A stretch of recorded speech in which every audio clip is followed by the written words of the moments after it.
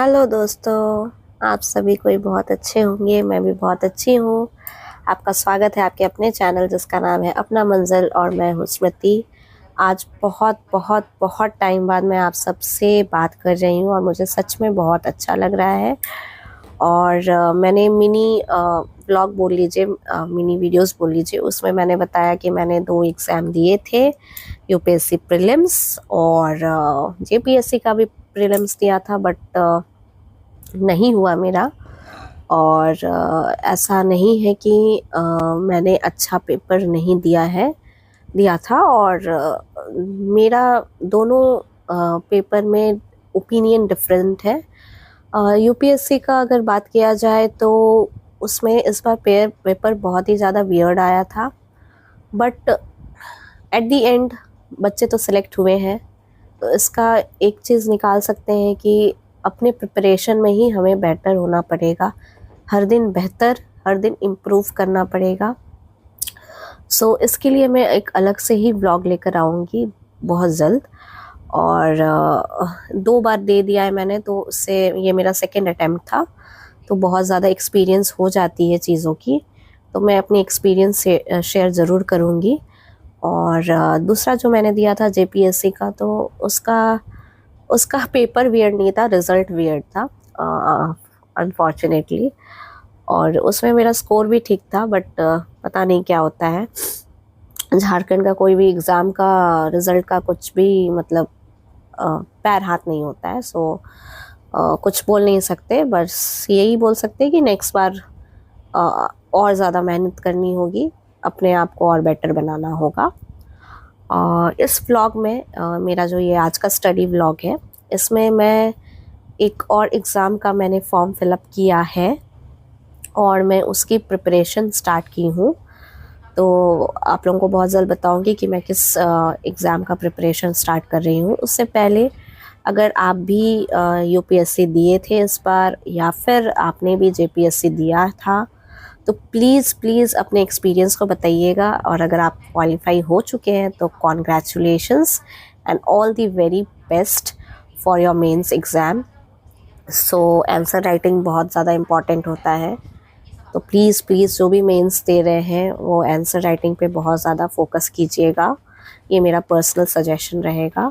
And content तो लोग collect करते ही हैं, लेकिन उसको मेमोराइज़ करना, उसको इम्प्लीमेंट करना, वो सबसे ज़्यादा इम्पॉर्टेंट हो जाता है आई थिंक इन मेंस। सो आपकी स्पीड, आपकी हैंड राइटिंग भी मैटर करती है। जो लोग सोचते हैं कि हैंड राइटिंग मैटर नहीं करती, बट मैटर बहुत ज़्यादा करती है, क्योंकि प्रेजेंटेशन इज़ जो सबसे पहले लोगों को दिखता है। ठीक है, एग्जामिनर को भी जिसकी हैंड राइटिंग अच्छी लगेगी उसको पढ़ने में इंटरेस्ट आएगा। सो बेसिकली इंटरेस्ट की बात होती है मेंस में, क्योंकि इतने सारे पेपर्स चेक करने पड़ते होंगे। सो इतने सारे स्टूडेंट्स का पेपर होता है, तो उसको चेक करने में अगर आप कुछ डिफरेंट नहीं करोगे, आप बेटर नहीं करोगे किसी और से, तो अ, उसमें आपको मार्क्स कम मिल सकते हैं। सो ये मेरा पर्सनल सजेशन रहेगा। तो बहुत लोग कमेंट करेंगे आपका तो प्रीलिम्स भी नहीं निकला, फिर सजेशन कैसे दे रहे हो। तो ये मैटर नहीं कर रहा है कि प्रीलिम्स निकला या नहीं निकला, बट अगर मुझे किसी चीज़ की थोड़ी सी भी आइडिया है, मुझे नॉलेज है, तो मुझे लगता है कि अगर वो सही नॉलेज है मेरे पास, तो मैं उससे शेयर कर सकती हूँ, है ना। और ऐसा नहीं है कि नेक्स्ट अटेम्प्ट पे नहीं निकलेगा। सो बहुत सारे लोग फोर्थ अटेम्प्ट में, थर्ड अटेम्प्ट में ही क्वालिफाई करते हैं। सो ये कमेंट करना बिल्कुल भी गलत होगा कि आपका नहीं निकला। सो निकलेगा ज़रूर। एंड मुझे अपने ऊपर पूरा पूरा पूरा पूरा ट्रस्ट है। सो मैं ज़रूर निकालूंगी नेक्स्ट ईयर। और बहुत ज़्यादा ये लक पे भी डिपेंड करता है, मेहनत पे भी डिपेंड करता है, बहुत सारे सिचुएशंस पे डिपेंड करता है। सो किसी को भी डिमोटिवेट नहीं करना चाहिए। It's my personal suggestion. अगर कोई भी हेट कमेंट डालने वाले, तो मैं पहले ही बोल देती हूँ कि ये प्लीज़ मत कीजिए, क्योंकि हर कोई परफेक्ट नहीं होता और हर टाइम ऐसा कुछ नहीं है कि कोई कुछ नहीं कर सकता। प्रीलिम्स नहीं निकला तो उसके आगे कुछ भी नहीं है। सो उसके आगे है, बहुत कुछ है। सो अब मैं बताती हूँ आपको मैं किस एग्ज़ाम का प्रिपरेशन कर रही हूँ। सो मैं कर रही हूँ RAS एग्ज़ाम का प्रिपरेशन।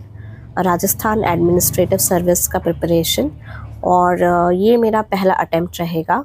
मैंने इससे पहले कभी नहीं भरा है, और मैं झारखंड की रहने वाली हूँ, और मैंने इसलिए ये एक भरा है फॉर्म, क्योंकि क्या होता है ना, एग्ज़ाम अगर मैं दे रही हूँ तो मैं उसके लिए प्रिपेयर करते रहूँगी। सो मैं एक रिदम में रहूँगी। फिर क्योंकि इसके बाद अगर मैं नेक्स्ट ईयर सिर्फ प्रीलिम्स के लिए प्रिपेयर करूँ तो अभी बहुत ज़्यादा गैप हो जाता है, तो आदमी का रिदम क्या होता है ना, वो कम हो जाता है। तो मुझे इस बार रिदम कम नहीं चाहिए, इसलिए मैं चाह रही थी कि कोई भी एग्ज़ाम हो जो यूपीएससी से रिलेटेड हो, तो मैं उसके लिए प्रिपेयर करूँगी। हाँ, ये ज़रूर है कि मुझे राजस्थान स्पेसिफ़िक पढ़ना पड़ेगा, या फिर आप कोई भी स्टेट पीसीएस देते हो तो उसका स्टेट के बारे स्पेसिफ़िकली आपको अच्छी सी नॉलेज होनी चाहिए। तो ये गैदर मैं कर रही हूँ, और मैंने स्टार्ट ही किया है जस्ट अभी, क्योंकि अभी बहुत सारे हार्ट ब्रेक्स हो गए इन द सेंस कि यूपीएससी जेपीएससी, सो लेकिन मुझे करना है। और ये एक रिदम बनाने के लिए, कॉन्फिडेंस को लाने के लिए, और एक होता है ना कि आप फ्लो में रहोगे, इसके लिए बहुत ज़रूरी है कि कुछ एग्ज़ाम्स आप बीच में दो। ये मुझे इस बार अच्छा लगा, मतलब मुझे लगा कि ये सही है मेरे लिए, इसलिए मैंने ये सोचा। होप सो आप भी कोई ना कोई एग्ज़ाम्स दे रहे होंगे, तो उसके लिए प्लीज़ प्रिपेयर करके देना। मैं भी कोशिश कर रही हूँ, ये पहला अटेम्प्ट होगा और मुझे आइडिया नहीं, वहाँ का बहुत सारी चीज़ें एनालिसिस करनी पड़ेंगी। तो मैं अभी जस्ट स्टार्ट की हूँ, तो मैंने स्टार्ट किया है राजस्थान का स्पेसिफ़िक जो होता है इकोनॉमी पोर्शन से। तो मैंने राजस्थान इकोनॉमी स्टार्ट की है। तो इंग्लिश मीडियम के लिए बहुत ज़्यादा रिसोर्सेज मिलना मुश्किल हो रहा है, बट रिसर्च कीजिए, ट्राई कीजिए। अगर आप भी आरएस का प्रिपरेशन कर रहे हो और कुछ सजेशंस चाहिए, तो आप मुझसे पूछ सकते हो। मैं थोड़े बहुत आपको हेल्प कर सकती हूँ इस मैटर में, क्योंकि मैंने अपने लिए रिसर्च किया है। और प्लीज़ इंग्लिश मीडियम का ही पूछिएगा, हिंदी मीडियम का मैंने रिसर्च नहीं किया, क्योंकि मेरा मीडियम इंग्लिश ही है, और इसलिए मैंने इंग्लिश मीडियम के लिए ही रिसर्च किया है। तो इसी के साथ आज का मेरा ये व्लॉग ख़त्म होता है। मिलते हैं नेक्स्ट व्लॉग में, and please keep studying, keep involving yourself in different activities to.